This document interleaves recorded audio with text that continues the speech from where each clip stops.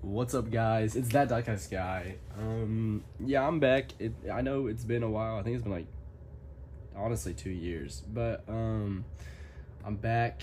I'm ready to get back into this. I've taken a good, decent break from YouTube and a lot of things recently, but I did just kind of disappear on you guys. I know, kind of sucks, but I'm back now.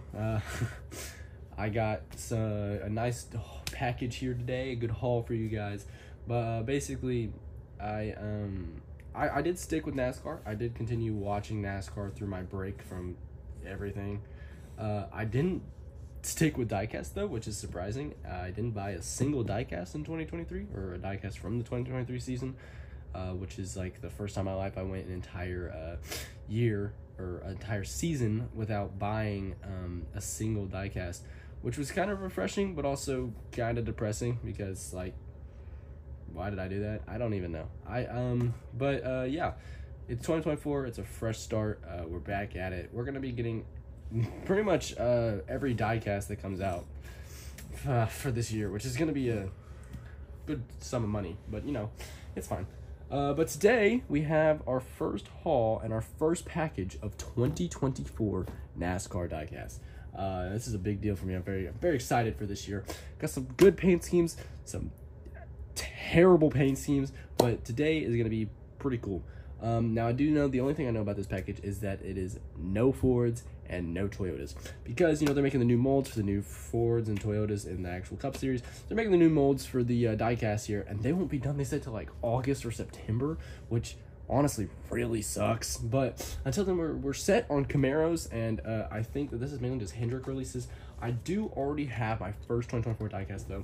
I didn't do anything for it because well, I just didn't think about it, but I got the Kyle Larson Indy 500, Coke 600, whatever you want to call this paint scheme Diecast. He will be running this year the Indy 500 and the Coca-Cola 600 at Indianapolis. I think it's Coca-Cola 600, isn't it? Something along those lines for the NASCAR, or for the Cup Series. And he's going to be running this paint scheme for the Cup Series race and a very similar IndyCar scheme, or livery, I guess you should say, for the Indy 500. So this Diecast actually, I think, is incredibly sick. Like, this is a really cool looking paint scheme. They got the McLaren orange on there, you know what I'm saying? They got everything. And just, it's like a cool, unique, retro kind of feeling take on the car.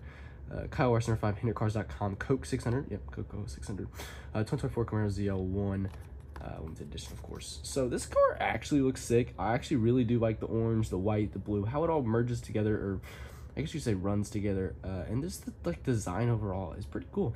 And I like when Kyle Larson gets unique takes on paint schemes, because he doesn't always get very unique paint schemes, you know what I mean? So that's just the car. That was the first Diecast I got, but that's not the focus of the day. The focus of the day is this giant haul here. I don't know, this thing is filled to the brim with Diecast. I don't know what's in here. I have an idea, but I also ordered a bunch of different things from a bunch of different Diecast websites. So just, you know, get caught back up. I want to get you guys some special videos coming out, because I do honestly feel bad for, you know, going off the grid so suddenly. I actually really enjoy making these videos. So let's go ahead and crack this thing open. I've been really looking forward to the 2024 you know, NASCAR season, honestly. Like, I hadn't looked forward to a NASCAR season in a long time until this year, and boy have I been, like, I've loved it so far. I mean, William Byron won the Daytona 500. Atlanta was a phenomenal race with like a 3-way finish with Suarez winning, which, by the way, I hate Blaney. I know it's a big thing. I hated that he won last season, or the championship last season. I just don't like Blaney that much. He's just kind of never been my guy, and it was so, I felt so happy to watch him get second. I don't know why. And then I watched the oh boy, what am I thinking about? Phoenix was a fine race with Christopher Bell winning. You know, it was okay.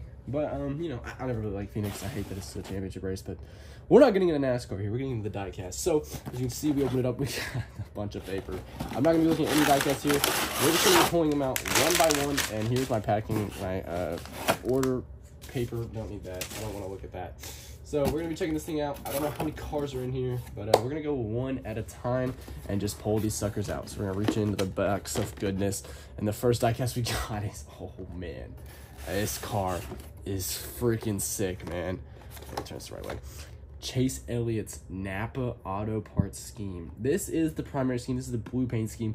He ran a white paint scheme at the Clash, and honestly, that is a sick paint scheme. I really love that. I do honestly though love this paint scheme. This is phenomenal. Like the blue, the yellow, just the overall design, how it runs with the white is all so good. I mean, and the yellow number on top, it just gives me that retro vibe. I don't know what it is. Napa is just on something this year, or for this paint scheme, and it is so good here. It says Chase Elliott number 9 Napa 2024 Camaro ZL1 limited edition. Man, this paint scheme is cool. Chase Elliott is like, he's one of my favorite drivers. Of course, everybody knows Kyle Larson's my favorite driver, but he is pretty cool as well. I do like Chase Elliott a lot. Now, I wish that they would have gone this route with the custom boxes for every diecast this year, but it's I know you can never expect that. But the designs on the boxes this year are pretty sick, and I like this blue accent. I wonder if they'll change it for the color of the actual car itself for each diecast, which I guess we'll find out here in a minute. But Chase Elliott, oh, looking sick. Look at that car. Oh man, that car is something else. All right, let's reach in the box of goodness and grab something else, and it's another Chase Elliott diecast. Chase Elliott's Hooters car. Now, like I said about the box, I guess the color doesn't change. It's just always blue, or maybe they have it set for different drivers or different teams. I can't really tell.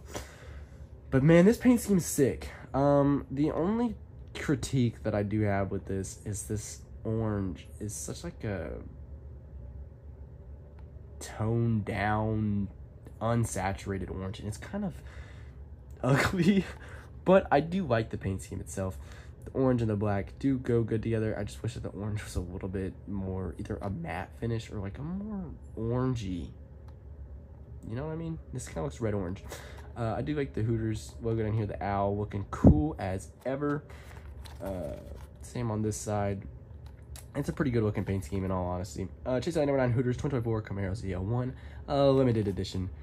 Man, at least this looks cool. I like the front like design, like on the hood. It looks sick. And this design on the side also looks phenomenal, and I love that owl. I just really, really wish they would have changed that color. But what are you gonna do about it, man? Anyways, I don't know what the Hooters car looks like on track. I haven't really been following Chase Elliott's paint schemes. I don't know if he's ran it yet or what. If it looks better on track, I'll be much happier, but I don't know how to feel yet. All right, next diecast. Oh, okay. Seriously, top paint scheme of the year probably. Alex Bowman's Ally car. This is such a cool looking paint scheme, man. The Ally colors just go so good together. It's crazy. Like honestly, let me say this. I don't like that Ally changes their paint scheme every year, right? I just think it's kind of dumb. It seems like they have a personality disorder, yada yada yada. But this one is my favorite Ally paint scheme so far. It like seriously, this is so cool. There's little to no black on here, which just really makes this car pop. The Ally logo is perfectly placed. I mean, everything about this thing is just so cool looking. Like the design, the blue, the pink, the purple, the magenta, everything goes together so good. I love it. Alex Bowman, number 48, Ally 2024 Camaro ZL1 limited edition. Man, look at that top there, man. That A on the hood with those hood vents. Man, this thing looks incredible. I really like this car. I like how they kept all the numbers the same and all that, all white colored, which looks pretty good. You know, sometimes NASCAR will just decide to switch up something stupid like that. Let's go ahead and keep these two together because I know there's more cars in here. Man, that paint scheme is phenomenal. Alrighty, next car is Kyle Larson's HendrickCars.com diecast. Now there is little to no difference with this car and 2022, 2023, I guess. But I mean, it's still a good looking paint scheme.